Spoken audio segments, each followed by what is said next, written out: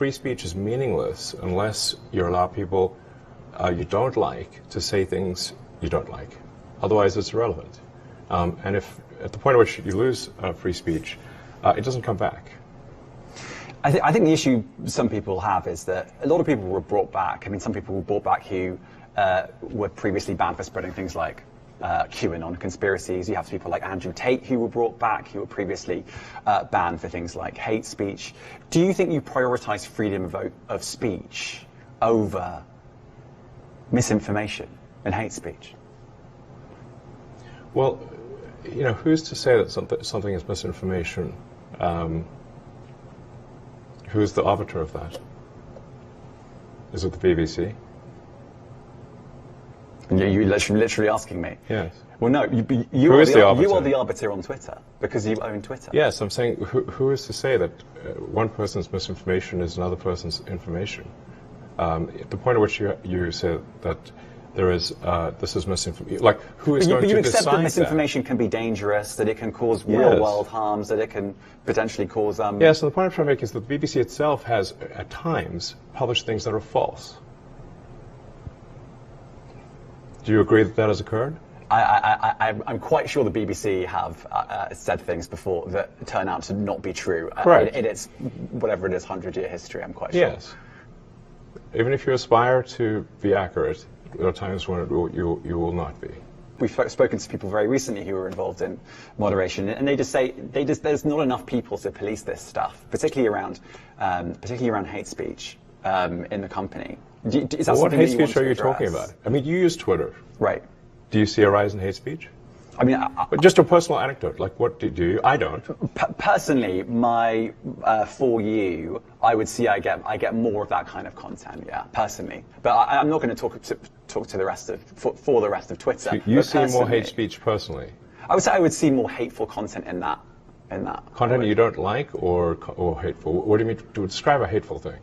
Yeah, I mean, you know, just content that will solicit a reaction, something that may include something that is slightly racist or slightly sexist, those kinds of things. So you think if something is slightly sexist, it should be banned?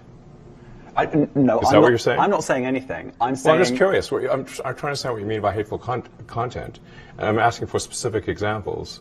And you just said that if something is slightly sexist, that's hateful content. Does that mean that it should be banned? Well, you've asked me whether my feed, whether it's got less or more. I'd say it's got slightly more. That's why I'm asking for examples.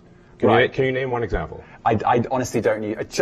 Honestly, I you don't. can't name a single example. I'll tell you why. Because I don't actually use that for you feed anymore. Because I just don't particularly like it. But you and said actually, a lot of people are quite similar. I only look at hang on a second. my You said you've seen more hateful content, but you can't name a single example, not even one. I'm not sure I've used that feed for the last 3 or 4 weeks. And then how did you see the hateful content? Because I've been using Twitter since you've taken it over for the last 6 months. Okay, so then you must have at some point seen for you hateful content. I'm asking for one example. Right. And you can't give a single one. And I'm saying then I say, sir, that you don't know what you're talking about. Really? Yes, because you can't give me a single example of hateful content, not even one tweet, and yet you claimed that the hateful content was high.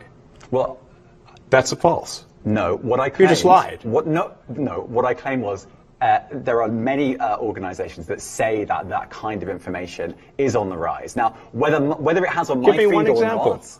I mean, right, and literally you can look at something one. like the Strategic Dialogue Institute in the UK. They will say that. So look, people will say all sorts of nonsense. I'm literally asking for a single example, and you can't name one. Right, and as I've already said, I don't use that feed. But then how would you know that? I don't think this is getting anywhere. You literally said you experienced more hateful content, and then couldn't name a single example. Right, and as I said, that's absurd. I haven't actually looked at that feed. Then how would you know this hateful content? Because I'm saying that's what I saw a few weeks ago. I can't give you an exact example. Let's move on. We only have a certain amount of time.